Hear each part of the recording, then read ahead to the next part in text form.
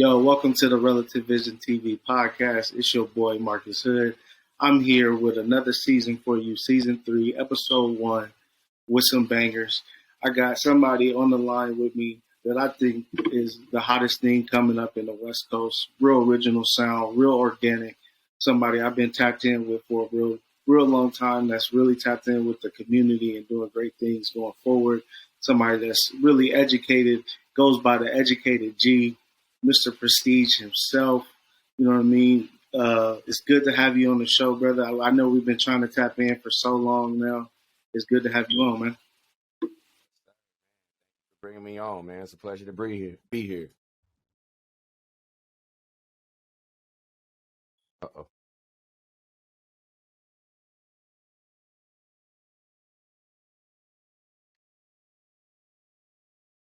But yeah, man, it's good to have you on. Have you tapped in, man?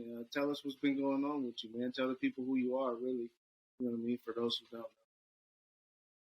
Okay, most definitely. Well, I go by the name of Prestige, also known as the Educated G. I am hailing from Inglewood, California. That's my hometown. That's where I was raised at.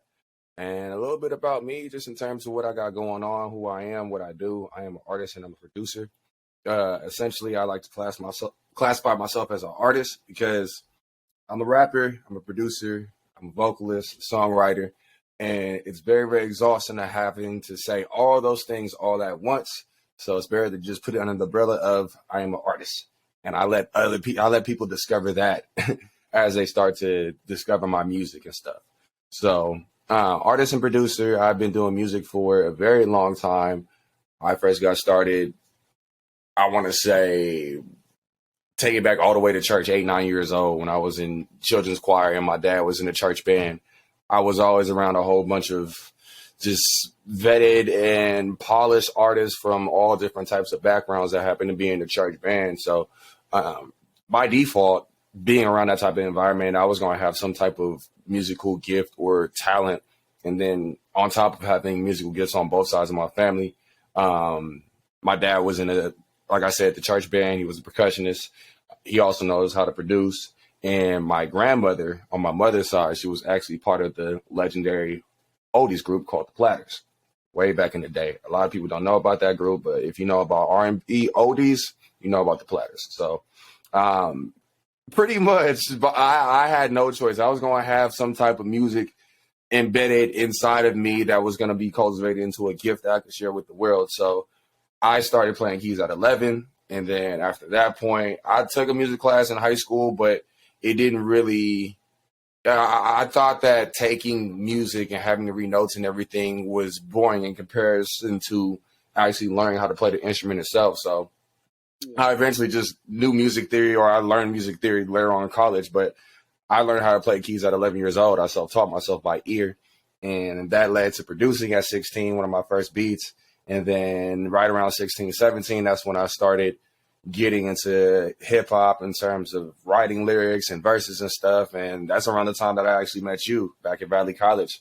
And from that point on, it's just been a steady incline. So it leads me to where I am now. So has music always been like that top number one thing for you, or was sports number one for you? Because, you know what I mean, I met you playing ball, and I didn't really know how much you were into music until later on in life when we were hanging out. It's like around Citrus, you know what I mean, around those days and stuff like that. So when did music start to be your number one thing for you? Yeah, I've been in college, honestly. It's always been there, but it really started to blossom and become more into fruition once I got to college. I want to say not a lot of people knew that I was involved in music because it was something that I knew I was still working on, and I was very, very nervous and also very sensitive about my artwork, because the biggest thing for me during that time, I kind of fear rejection in that sense, because I don't want my art to be rejected by nobody if I felt it wasn't up to par. So it's always something I honestly didn't know that you know what I mean, did music for a long time. And I think that's when I first figured out you was doing music, back when we was hanging out, you know what I mean, in the college days, after we left Valley. You know what I mean? That was after Valley that I found out you were doing music like that. And then, we met up a couple times. I shot a little video for you. You know what I Mm-hmm. mean? We was hanging out in downtown. You know what I mean? So I've always, you know what I mean, had an ear for what you were doing and how you were spitting. You know what I mean? Your bars came across like you had a bigger message other than, you know what I mean, just saying some random shit, trying to be cool. You know what I mean? I felt like your art was always coming from a place of, you know what I mean, reality. You know, is that kind of how you feel? Like when you come from doing your music, you feel like your music is separated from any other artist that's kind of doing some gimmicky rap shit. I would say so. I know I can only speak for myself at the end of the day when I say this. And that's for me when it comes to creating music, it's always driven by inspiration the most. I'm not the type of, because like I said, I produce as well. So I produce everything that I'm on essentially, unless it's really like a collaborative effort or a collab with another producer and we hop on the record. But yeah, nah, I always draw from inspiration. It's very, very hard for me to create if I don't have something that inspires it or fuels it. I'm not the type of, when I do get into my producer side, I'm not the type of producer where I make type beats. I don't make Drake type beats or drill type beats or whatever you want to classify it. I make based upon whatever I feel inspired by, because at the end of the day, I'm going to take that style and cultivate it and flip it and make it mine personally at the end of the day anyway. So, nah, I just, But your everything style is is real full by. West Coast. So I mean, like, where's most of your inspiration come from? What artists? Because I know being from the West Coast, I see you. You know what I mean? Using certain tools that's was invented by the West Coast. Hmm. I would say my musical influences is sort of a melting pot. It's a little bit of everything. If I, it's like if you took DJ Quick, Nate Dogg, Ty Dolla Sign, Battle Cat, and Pharrell, produced by Kanye West, that is what my sound consists of. And I would say those are like my main musical influences that I just listed off right there. Of course, there's Timbaland. Of course, there's Missy Elliott. And keep in mind, these are artist producer combos that I'm mentioning right now. Missy produced a lot of her own stuff, and people don't realize that. Of course, everybody knows about Timbaland. Everybody knows about Pharrell. So for me, those were artists that I align with the most because those were people that I envisioned myself to be like, if not greater than one day. Okay, I hear that. So tell me, for people that want to hear it, how do you balance your life? You know what I mean, with wanting to be an artist and not being like an A-list artist and trying to maintain funding everything that you do. You know what I mean, as an independent. You know what I mean, somebody that's trying to make it happen in the business. Given the fact that I went to college, it's always given me a security blanket so that I can do this because especially when it comes to being self-sufficient in the music industry and you don't have the backing of a label or a machine or anything of the sort like that, you need money to make this work. You need bread. So I understand how certain artists, they have the mentality of, you know what, I'm not going to work a traditional job. I'm just going to be 100% invested into music and just, make it work from there. But me, I've been able to find a crack in the scene where I'm able to align my background knowledge of going to college and my career that I've established through college and make that align with music. So one of those main facets is school for? My degree was in public relations initially. So education wasn't even the main career that I was considering or even going to school for. That's something that happened literally in my senior year. So I actually had a career shift by the time I even graduated. Mm-hmm. Mm-hmm. But yeah, I've always exercised and known the importance of financial security, especially when it comes to trying to pursue a career that is not a conventional nor necessarily looked at as a secure career. Because music is pure entrepreneurship, There is no punching a clock and a guaranteed salary as an artist. No, you better have a consistent cash flow. You better be doing shows. You better be knowing how to produce and sell beats. You better know how to songwrite and sell songwriting, all that. So Yeah, to prevent having to do the overhaul of that, like being in education, I've actually found a way to combine my knowledge of being an educator as well as being an artist. So essentially, now I have a beat program that's going to be coming this 2023, and it's going to be a program in the city of Inglewood that's going to teach kids how to make beats. So that's sort of how I've aligned both of my So, careers and both of my passions into one. okay. So right now you're actually working at a school, helping children out, and start to create your own classes for these kids. Is it going to be a free class? I mean, how you working that out?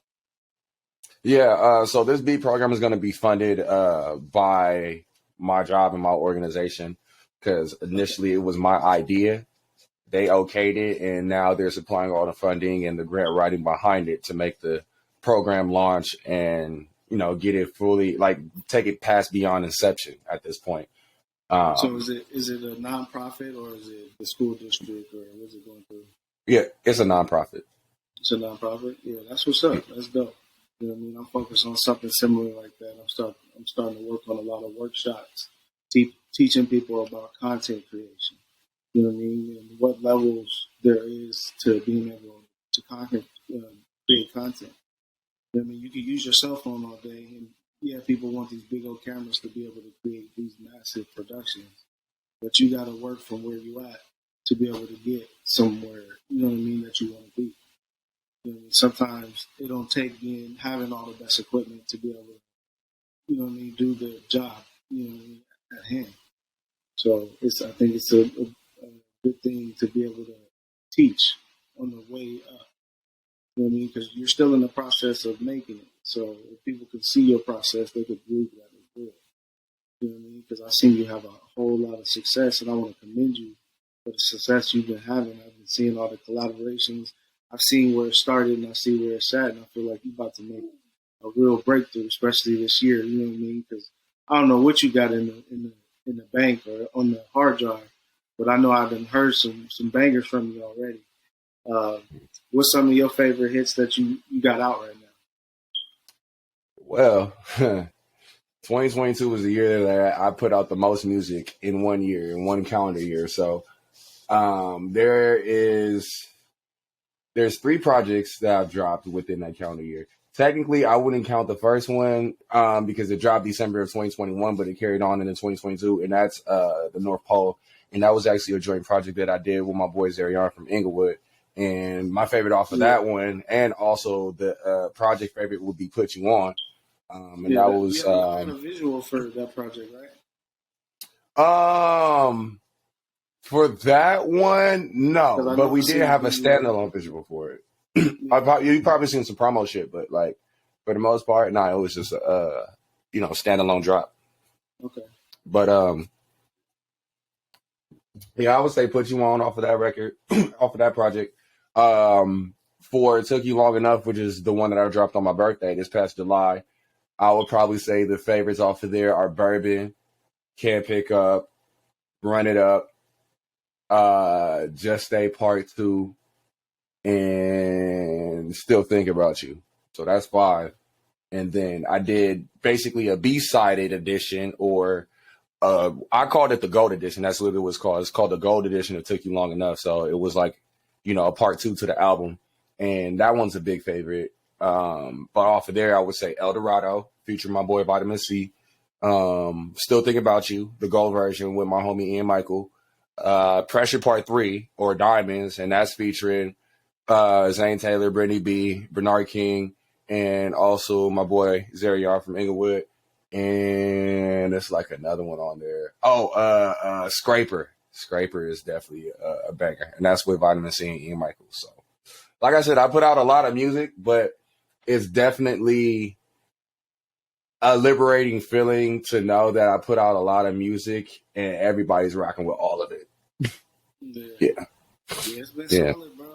I'm telling you, I've been loving the progression. I've been loving it. How you been feeling about it? How you been feeling about your journey? Where you at in life? You know what I'm saying? How you feel? I feel very accomplished, and I don't mean accomplished in the sense of, I've conquered these things and that's it. I feel accomplished in the sense of I have done all these things and I have the potential to conquer even more. So when I sat back and looked at all the music that I dropped this year, all the shows that I did, just all the overall success that I've gained, I'm like, to know that I'm just getting started, man, I feel very happy and I feel very excited for this year to come and beyond. You got some shows? You got some shows planned? I have one, or I could have had one on January the 10th, but I'm going to be out of town handling some business in Florida. So I'm not going to be able to make that one, but I do plan to have one this upcoming, at least this upcoming month, if not this upcoming month, then for sure for next month. Okay. For February. Yeah, man, we gotta tap in with you on that. We gotta tap in with you on that. But I'm gonna make a little transition here, and we're gonna talk about some stuff that's been going on. We're gonna start with some sports stuff. You've been following football lately? A little bit. Who you got? Who you picking for the Super Bowl? What's your thoughts on that? Honestly, I know the Eagles are struggling in that last game with the Saints. That was pretty crazy. That was a wild game. But I would definitely Eagles say, fan? No, I'm not an Eagles fan at all. I'm actually a Rams fan, but yeah, we had a rough season, bro. Rough season this year. So you got to make OBJ don't know what he want. You made a sacrifice. You won a Super Bowl. Now you get to lose a season. It's okay. It's okay. Why we can't be back to back like how Brady was with New England? You know that's not how football works. You know that. Yeah, and they also cheated too. So there's another thing. Our team has more integrity. I don't know about cheating, but a lot of shit happens. You know what I'm saying? Y'all shouldn't even been there. You know what I mean? I'm a Niner fan, so I got lucky and got there in the first place. Yeah, all right. But honestly, out of the NFC, I could probably see the Eagles going to the Super Bowl. Eagles? I can see Eagles that. versus who? I'm unsure about the AFC. It's a toss up for me. I gotta see how the first round plays out, and then I'll have a better judgment on the AFC. I think tonight Eagles is a good game. You got the Bills and the Bengals tonight. Ooh, that is gonna be a good one. Yeah, I'm hoping the Bengals win this one. I want to see the Bengals get in there. Yeah. You know what I'm saying? But yeah, when did your love of football change? Because you know what I mean, I met you being an athlete, so you know what I'm saying. Mm-hmm. You still in love with football, or you just all music now? I mean, I still watch football from time to time. I'm not as enthused about it, or I'm not as invested in it as I once was, because it was different for me because I was an actual football player. But I want to say, like right around, it was like in between. No, it was right before my senior year, actually, because it was my last season. I had just transferred from Azusa Pacific to Laverne. Did my season there and everything, and for there, I felt like I had to make a choice. I had to really consider and weigh the options of whether I was going to continue playing football and continuing this pursuit, or if I wanted to embrace my passion of music that I always had inside of me. So it's crazy because I actually had a tryout for the CFL after my season. It was one of those situations where I had to set up one of the they had a recruit that came down to Laverne, and they was asking if anybody would, be interested in playing in the CFL, this, that, and the third. And so they said, we have trials coming up in a month. If we're sending you an invite, this, that, and the third, pay a little $75, and, that's that. And I had it. I was about to do it and everything, ready to go. But I was just thinking to myself, considering the options. I had homies that was in the NFL, and, they retired. Like my boy, he had a bad concussion. He was only in the league for about maybe 3 or 4 years. But after that concussion, he was all like, bro, I'm not playing football no more. Because after suffering a concussion on that level, he said it is not worth it. I'd rather have the safety or the comfort coming home every single day. Again, bro. So, yeah, so it's just. You think so? I mean, it's not worth it. You know what I mean? Your brain and your well-being. You know what I mean? If you want to have kids, you know what I mean? You want to be able to be here in a conscious way. You know what I'm saying? Hmm. You ain't nothing without your brain. What Yeah. can you do? What can you do? That's not something you can sacrifice. You don't get another head. Yeah, one of those. Yeah, for real. They said mine is a terrible thing to waste. So you make a valid point with that. So, yeah, the fact that he's had consecutive concussions in a very short time frame. If I'm him, I'll probably retire at the end of this season. Cause, Yeah, I'm sure it'd be a tough decision because you know what I mean. People got first loves like football and sports always. You know what I mean. And it ends up sometimes breaking your heart. You got to go a different direction and kind of find your real path. You know what I mean? Because you know when one door closes, another door always opens. You know what I mean? God got his certain plans for your life, so it ain't always gonna go according to your plan. But you know that's how life goes, and that's basically what entrepreneurship is too. You know what I mean? You kind of got to dig your way into whatever situation, either out of situations or in the situations, and it takes a lot of work. You know what I mean? And you got to be willing to, collaborate with people, communicate with people, and business is a team sport. You know what I mean? No business happens solely by one person's hand. You know what I'm saying? So, I mean, with that being said, tell me a little bit about the entrepreneur things that you got going on. You know what I mean? Within the business of music and outside of that, what type of things are you trying to make happen in the community and other people's lives? You know what I mean? Where are you collaborating at? How are you building business for yourself? What does it look like as an entrepreneur? one of the main things is establishing yourself. And I took that leap of faith last year. Over the pandemic, I went ahead and just established a LLC and then opened up a music business LLC. And that was one of the first moves that I made because I was looking at the fact that that specific year, that was when I started to generate a lot of income for having or operating as a music business. So it didn't make sense to be generating this income without having a home to house underneath and have more opportunity to grow that business. So, yeah, that first step was establishing the LLC. It's called 222 Entertainment LLC, and that's been in operation for about a year and a half, going on 2 years. And after that, it's just been networking, collaboration. A lot of my success that I've had has been through collaboration. You know, just being open to working with different artists that have different sounds and also have different opportunities behind them. Not necessarily using them for those opportunities, but sort of a cross pollination because everybody that I've ever collabed with, we all had something to offer to each other without it necessarily being one sided at all. So that's what I mean by cross pollination collaboration. I mean, from there, Definitely understand. Yeah. hmm Yeah. You know what I mean? You come across a lot of people that, get greedy is all about themselves. You know what I mean? They don't see the bigger picture and just want to take from a situation rather than give back. You know what I mean? I figure that's one of the biggest things, man. And that's why I want to bring you on this platform. And I'm not saying that I have the biggest platform, but to be able to shine light on people that you believe in, you know what I mean, and let them know that you believe in them at the same time is one of the biggest things that people need. It's about a support system. You know what I mean? And me tapping in with you and always trying to talk to you, always trying to link up with you, is just me letting you know, like, hey, you know what I mean? Like, with nothing involved, you know what I mean? I'm here for you, your career, you know what I mean? Everything that you're doing. Because I see you working and I see how you work, you know what I mean? You took the time to educate yourself and you're trying to give that back to not only the youth, but the people around you with all the things that you're doing. You don't move that way if it's not for something positive, you know what I'm saying? And I see the journey, you know what I'm saying? So yeah, I continue to commend you, you know what I mean? I just want to say continue to work hard, bro.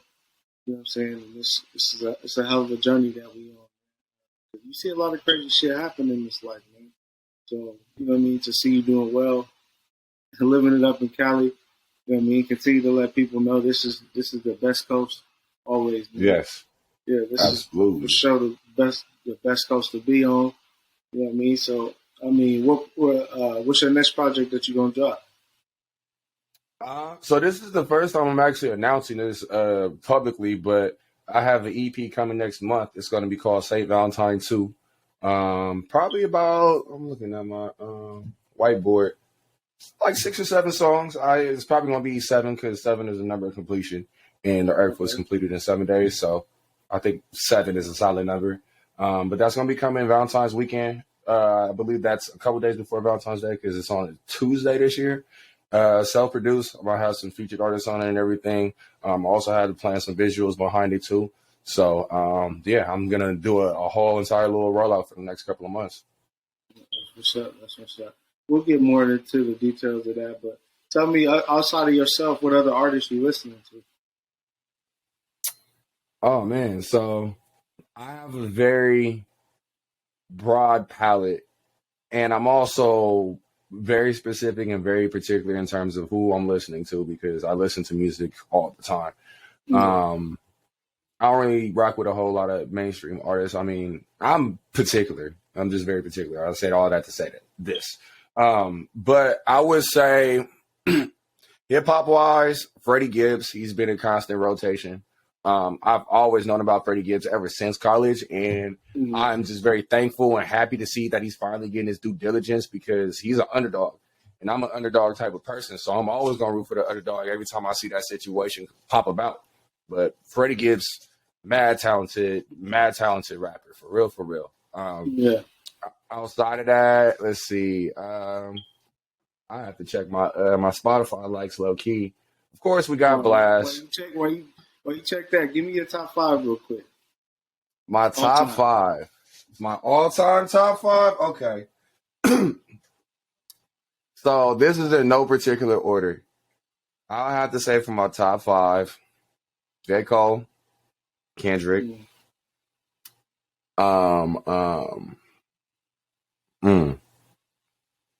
This is a tough one. J. Cole, Kendrick. I gotta keep it West Coast always, so I'm gonna go with home team. Rappers. I gotta check it out. I need a reference. But yeah, definitely putting J. Cole and Kendrick at the top. Let's see. Also, I'll probably say Freddie Gibbs. I'll throw Freddie Gibbs in there just because of his consistency, his longevity. And like I said, I love underdog stories. Also on top of that, you know what? I'm gonna throw the homie in there. I'm gonna say Katori Walker out of Pasadena, California.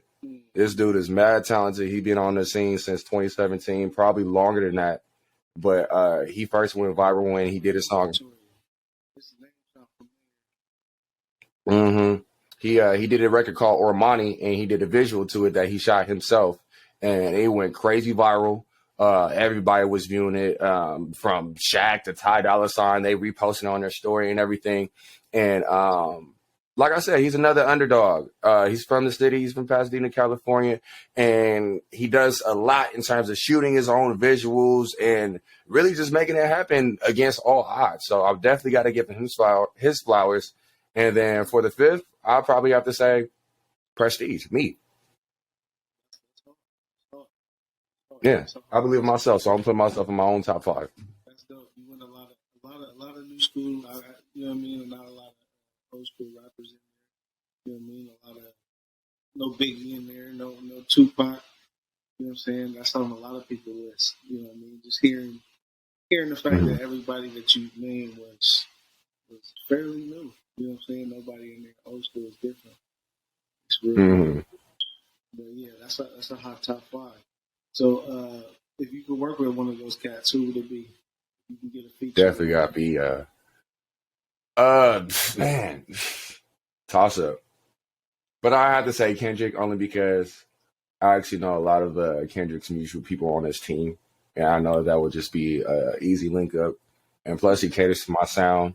I grew up on a lot of course, West Coast hip hop, but also R&B and neo soul and jazz, which he also embodies in a lot of his records, like from Good Kid, Mad City to Pimp a Butterfly.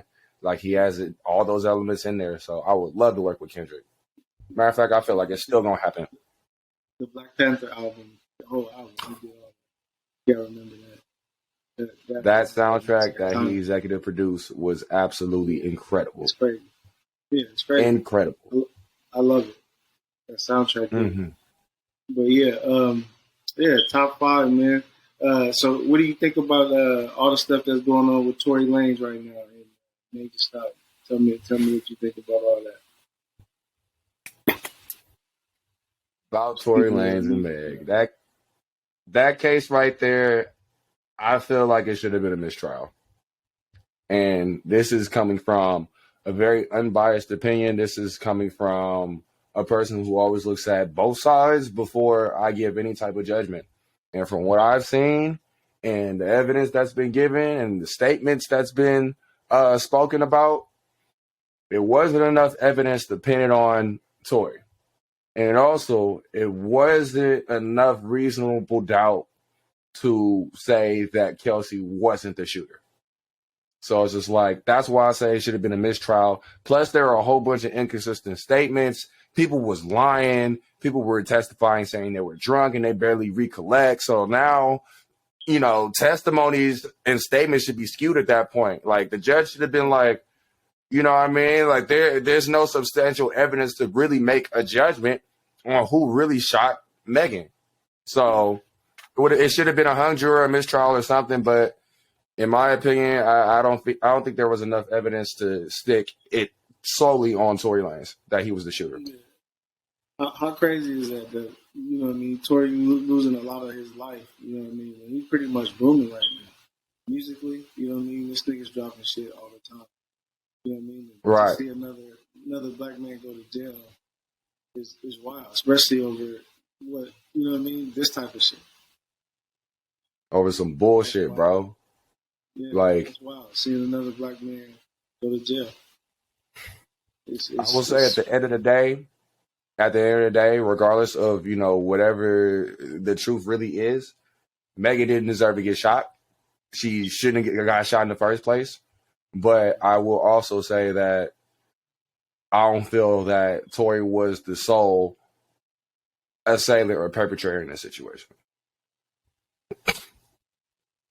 Yeah, I think it's a lot of things going on, and it's interesting. I kind of want to segue into like how people are shaped and formed by social media and influenced by certain things that people say or do. Like, what do you think about the climate where we at? We got a lot of people that's following, don't have the sense of mind to think on their own. What do you say about that? Like, if you was talking to a youngster right now, and I know you talk to a lot of young kids. So, like, how do you frame that for a youngster? There's a lot of following going on, and a lot of coattail riding, people not thinking for themselves because of social media. What do you think about it? Well, given the fact that I speak to students every single week, and the demographics of these students are Inglewood Lennox population, students are anywhere from 17 to about 22. I always tell them to think for themselves. You're always going to have influence from your peers, from social media, and even from your parents. But sometimes even your own parents don't know the right things for you, or it might not necessarily 100% be the right things for you. So you're at the age, I tell them, I say, you're at the age where you have the wherewithal and the knowledge to know what's right from wrong and what's the right and wrong decision. So therefore, you need to exercise that through every single day of your lives. Stop being so easily influenced of what your homies are saying because of what they doing and it's working for them. No, you need to figure out what works for you the best. Because at the end of the day, caskets do not come with bunk beds. Ain't nobody else going with you when you pushing daisies. So you might as well do your due diligence on this earth for yourself and make it work for yourself individually. That's from finance goals, that's from relationship goals, that's the life goals, that's the spiritual goals and everything. Do what is right for you and not just because somebody else said that it's going to work. Because a lot of people be lying anyway. Yeah. So what is a phrase or a saying or something that you live by every single day? Every single day, a phrase that I live by. A phrase, a mantra. You know what I mean? What is something that you tell yourself every day that motivates you? Or what is one thing that keeps you going, that you think about? Never be afraid to start over. Because that used to be my biggest fear, actually. Mm-hmm. Just in terms of having to invent myself in my career, as a person, in my relationships, in my family. Like, I was always afraid that, somewhere one of my relationships was going to end and I was going to have to start over. But it's okay to have to start over, because as long as you got lungs, as long as you got air in your lungs, you have an opportunity. As long as you have a heartbeat, you have an opportunity. So I'd say, to sum that up, as long as you have air in your lungs and a heartbeat, you have opportunity. So that's one thing that I go by. That's right. That's right. So, last thing we're gonna touch on is, I know you deal with kids, but if you had a message to tell the young audience and a younger version of yourself, what is the most important message that you can get across to the youth or a younger version of yourself? What is a key secret, you know what I mean, to thriving as an entrepreneur, as a student, to be a successful, you know what I mean, black man, to be a successful black woman, to, you know what I mean? Like, what is something that will help people that struggle and get over the hump?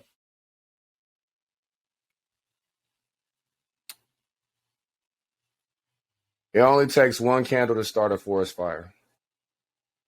And to expand on that, what that means is that if you compare, or if you take that phrase and compare it to the lives, Kobe Bryant, RIP, Nipsey Hussle, who else is influential that we lost in the past few years? Young Dolph, the list goes on.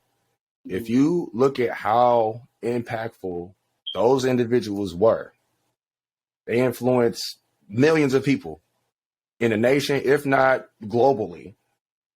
And those were just individual lives. That was one person. Yeah. Everybody considers Kobe to be the GOAT of our generation. That's one person. Even though he was a part of an organization that was greater than himself, he had that much impact to be a living, breathing example of what it means to have organic love for the game. And that was very inspirational. So to sum that up, it only takes one candle to start a forest fire. It only takes one person to make a difference. It only takes one little spark to have the world on fire. There it is. That's it. There it is. You know what I mean? And I hope today that we could just motivate somebody. Somebody gets to listen to the podcast, be inspired, hear their story, know that things are possible. You know what I mean? Especially after, you know what I mean, getting an education, you know what I mean, getting a degree, going to college, which is important, you know what I mean, and being able to create your own lane in music, something that you wanted to do. You know what I mean? Just because you go to school for one thing doesn't mean you're stuck there, you know what I mean, doing what you went to school for. Just use it as an opportunity to network and learn things about life and about yourself that, you know what I mean, that you get an opportunity to go explore these different things. And, you know, that's what I hope, you know what I mean, the message comes across from us, is that, you know what I mean, take the opportunities that you have, you know what I mean, meet people, network, you know what I mean, do good by people. And, you know what I mean, to close it out, tell the people what you got coming, you know what I mean, give us your social sites, where people can find you, and tell us how we can get involved and check you out, whether you got a show, whether you got an album coming. How can we tap in with you? Man, so check it out. Like I said before, St. Valentine 2 coming Valentine's weekend. That's next month. It's going to be on all platforms from Spotify, Apple Music, Tidal, Deezer, Google Play, Amazon Store, Napster, if that still exists. It's going to be all on those streaming platforms. If you search in Prestige with that dot at the end of it, all my music is going to come up. You can find me on all social media platforms at 222 PRESTIGE, spelled exactly how it looks and sounds. Other than that, that's all I got for now, but just stay tuned for St. Valentine 2 and just know it's going up like SpaceX, you feel me? Yeah, yay. Yes, sir. Yes, sir. And I appreciate you coming on the show. This is RelativeVisionTV. You know what I mean? Another podcast. This is season 3. I started the season off with a boom, with somebody that's coming out with some bangers, and you got to look out for. It's the West Coast, and we're coming real hard at you, real fast, you know what I'm saying, with some new heat. Yeah. And I appreciate you for always tapping in. Don't forget to like, share, comment, you know what I mean, and tap in with us. The episode will be available for you on Wednesday. And every Wednesday we'll have a different show for you, because we stay working and we got all type of content coming for you. All right, stay blessed. Appreciate you. Yes, yes. Hey, don't forget to go like, subscribe, follow, share all the good content we got coming to you. I'm here with Playboy, the Miracle Barber. You know how it goes. You know what I'm saying? If you want to get fresh, you know what I mean, go ahead, Hey, don't forget to go like, subscribe, follow, share all the good content we got coming to you. I'm here with Playboy, the Miracle Barber. You know how it goes. You know what I'm saying? If you want to get fresh, you know what I mean, go ahead, Hey, don't forget to go like, subscribe, follow, share all the good content we got coming to you. I'm here with Playboy, the Miracle Barber. You know how it goes. You know what I'm saying? If you want to get fresh, you know what I mean, go ahead, Hey, don't forget to go like, subscribe, follow, share all the good content we got coming to you. I'm here with Playboy, the Miracle Barber. You know how it goes. You know what I'm saying? If you want to get fresh, you know what I mean, go ahead, Hey, don't forget to go like, subscribe, follow, share all the good content we got coming to you. I'm here with Playboy, the Miracle Barber. You know how it goes. You know what I'm saying? If you want to get fresh, you know what I mean, go ahead, Hey, don't forget to go like, subscribe, follow, share all the good content we got coming to you. I'm here with Playboy, the Miracle Barber. You know how it goes. You know what I'm saying?